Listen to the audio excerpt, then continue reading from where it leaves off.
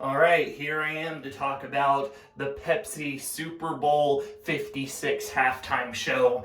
And it was Dr. Dre, Mary J. Blige, Kendrick Lamar, Snoop Dogg, Eminem, and there was a surprise appearance by 50 Cent. That was pretty awesome. That wasn't in any of the advertisements that I saw. So seeing 50 Cent there was actually really awesome. So what I have to say, first of all, I absolutely love that everybody, actually rapped their verses or sang their verses and or sang that, sang their vocals or rap their vocals, because there's a lot of times in the past, not just necessarily with the Super Bowl halftime show, but it's just in general, where stars or artists will lip sync to their songs instead of actually performing properly. And I just have to give a huge thumbs up to that. Now, one thing that I did notice about Eminem's performance is that his helping backing track was really loud, so you were able to hear him, but also you were able to hear the original track as well. So it had a lot of that older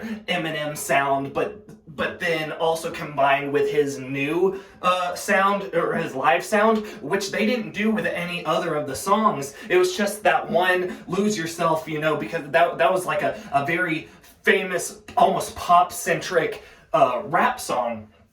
And that created a very weird mix, and it was only with that song specifically. Every other one, I didn't really have any issues with. I don't know Kendrick Lamar that well, but I do know talent when I see it, and that is absolutely what Kendrick Lamar has. I loved his speed. I loved the way that, just the way that he raps and the way that he presents himself on stage. It's absolutely amazing. And then we have Snoop Dogg and Dr. Dre. Obviously, they started the show, and they started very well. Snoop Dogg is just relaxing and, carefree, and Dr. Dre, they obviously look like they're veterans at this. It's because they're professionals. They've been doing this for years. And so every time that they perform, they don't have, even if they do have jitters, they don't show it, or they know how to control it. Now, Mary J. Blige was obviously, I feel like she was a emotional standout. Like, she put all of her energy into her performance. It was intense, and I'm not sure when the last time she actually performed was, but it seemed like this was one of the first times that she performed in a long time, because you could see that excitement in her vocals, in her manual, just the way that she did things, her characteristics. It was just all over excitement, and she was like hitting her head and like screaming, and it sounded very, very good. Now, I will say, it was a little bit disappointing to me that the song that they used for Eminem was Lose Yourself, when there could have been, they did, mention Forget About Dre.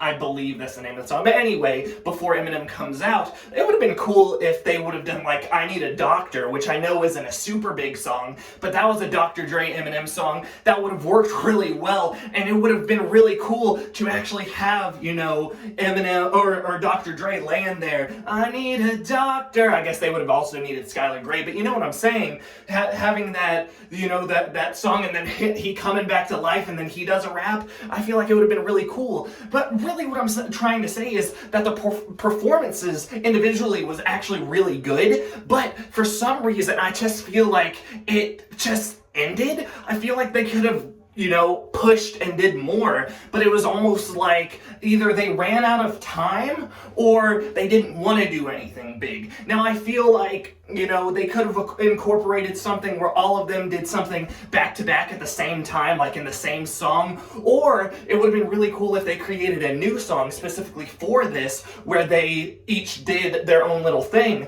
Like I said, it was a really cool surprise by 50 Cent to be in here, and he obviously did rap his verse. It looked like he was a little distracted by all the females around him, but other than that, I feel like the performances were really well done and very good, and I think that this was a good mix of different artists doing their, their specific genre of music. It wasn't definitely not like the Maroon 5 fiasco of a few years ago. I think that this was actually really well done. The audio quality was absolutely amazing. There was no vocal hiccups except for Lose Yourself. I feel like the backing track was a little bit too loud, like I said.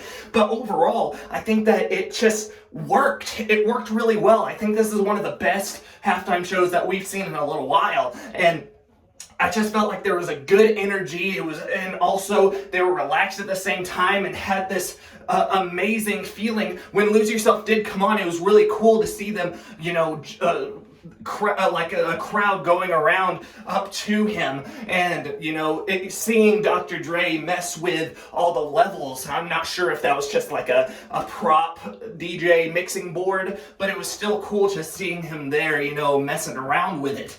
But like I said, I think that all the vocals were really well done. The audio levels were, top-notch, magnificent, especially for a Super Bowl halftime show, because I know that there has been times in the past where that is not the case. It's not as easy to hear and understand, and other live shows as well. So seeing that and hearing that, it was absolutely amazing, and I loved every second of it. Like I said, I feel like it just ended. I think that it didn't really end on a high note. It kind of just all was a high note. So it almost left me wanting more at the end of it. So what did you think about it? Leave in the comments below. Let me know if there's anything that I missed or something that I should talk about more. Make sure to give this video a thumbs up if you do end up liking it. If not, please leave in the comments below why you didn't. I'd really appreciate it. And make sure to click that subscribe button if you like this video, like past videos, and want to see more in the future. Thank you so much, and I'll see you next time. Goodbye!